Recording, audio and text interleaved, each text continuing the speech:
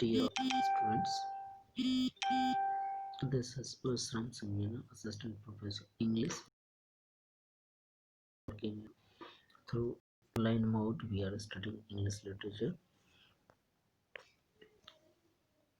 Today, we will continue the same poem entitled An Essay on Criticism, which has been written by Ale- Alexander Pope. The poem was written in the year of 1711.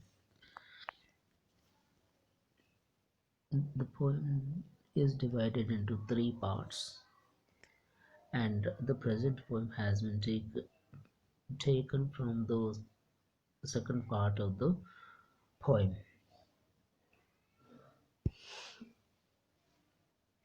Here, the poet gives some rules for the critic or the judge of literary criticism or literature, we can call.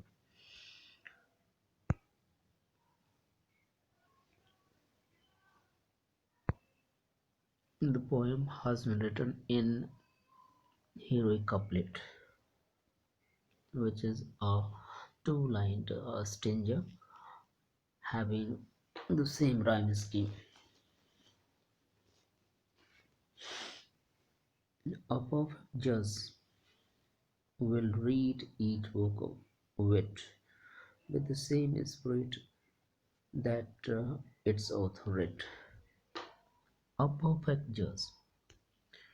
The first quality of a perfect judge is that he reads a piece of work of wit, wit means intelligence, with the same spirit that its author read.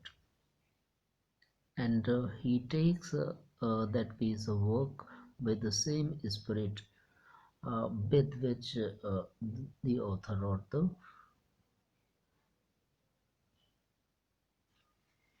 work. A perfect judge will read each work of wit with the same spirit that its author read. Survey the whole, no seek slight faults to find, where nature moves and rapture warms the mind. He surveys the whole work, and does not seek slight faults in that piece of work. Means he estimates or he judges the piece of work as a whole, not in a single part. Survey the whole, nor seek slight faults to find, where nature moves and rapture warms the mind. And he judges the piece of work with the effect of the whole work. And he thinks that if the work is admirable or enjoys the reader, gives him or her rapture means enjoyment, warms the mind, that uh, entertains the mind of the reader well, that piece of work, that piece of literature is termed as the best one. Where nature moves and rapture warms the mind, nor lose for the malignant delight. He does not lose the piece of work for the malignant dull delight. Malignant means uh,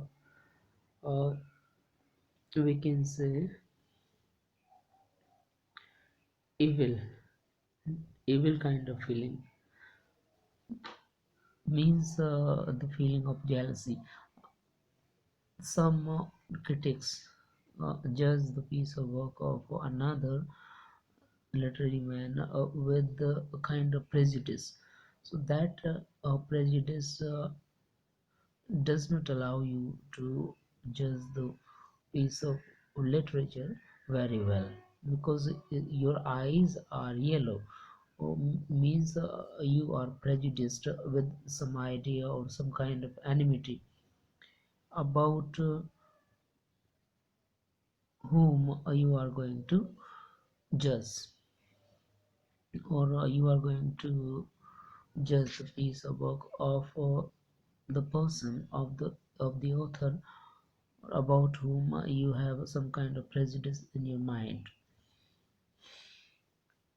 Nor lose for the malignant delight, the genders of pleasure, to be charmed with wit. But in such lays as neither ebb nor low, nor flow, correctly cold and regularly low, that sunning falls one quiet tenor keep. Here the poet says that generous pleasure to be charmed with wit.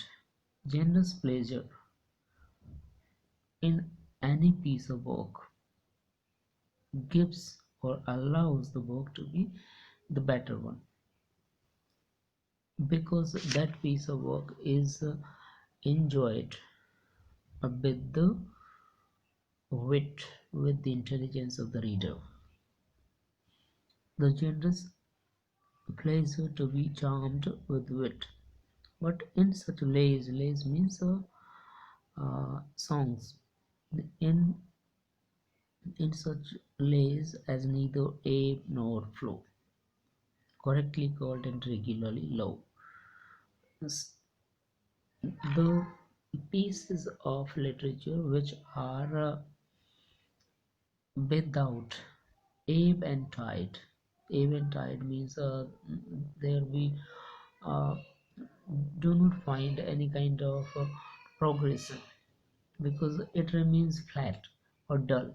So that humdrumness uh, does not make the piece of literature good. Correctly called means such pieces of literature which are called, which are right, they have no fault, but they have such kind of regularity which does not allow any kind of ebb and tide in that piece of work. So that is not quite praiseworthy as far as the judgment of the judge is concerned. Correctly called and regularly low, that sunning faults, that sunning means without or leaving the faults. One quiet tenor keep, one quiet tenor keep. One theme is created throughout the piece of work, and that piece of work have no kind of modulation or progression in it. So that piece of work is called dull in the sight of the poet, or in the sight of the judge of literature. We cannot blame indeed, but we may sleep. In wit as nature, what affects our hearts is not the exactness of peculiar parts. It is not a lip or eye we recall, but the joint force and full result of all. The poet here gives one suitable example to justify uh, the cause of fallenness of the piece of literature. He thinks that the parts, if the parts which make the whole are judged one by one, then it doesn't mean the proper judgment of the piece of literature. because the great critic judges a piece of art with the whole impact or whole impression of the art. We cannot blame, means we cannot find fault. Indeed means really, but we may sleep, we may ignore. Sleep means we may ignore uh, the particular fault of the piece of work in wit, in intelligence, as nature. As nature means the nature or the quality of a judge is concerned. What affects our hearts is not the exactness of peculiar parts.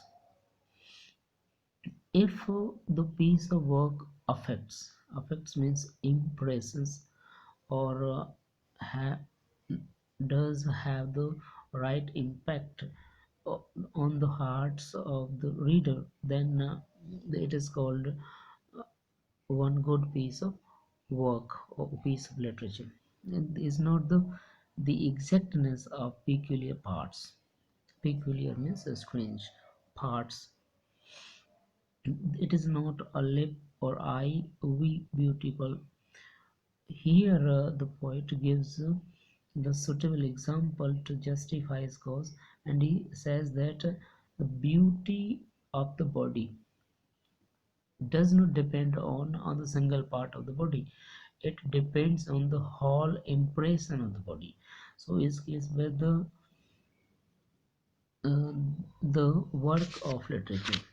If the work of literature mm, has some kind of fault in one part, so that doesn't mar the beauty of it in the sight of a good critic.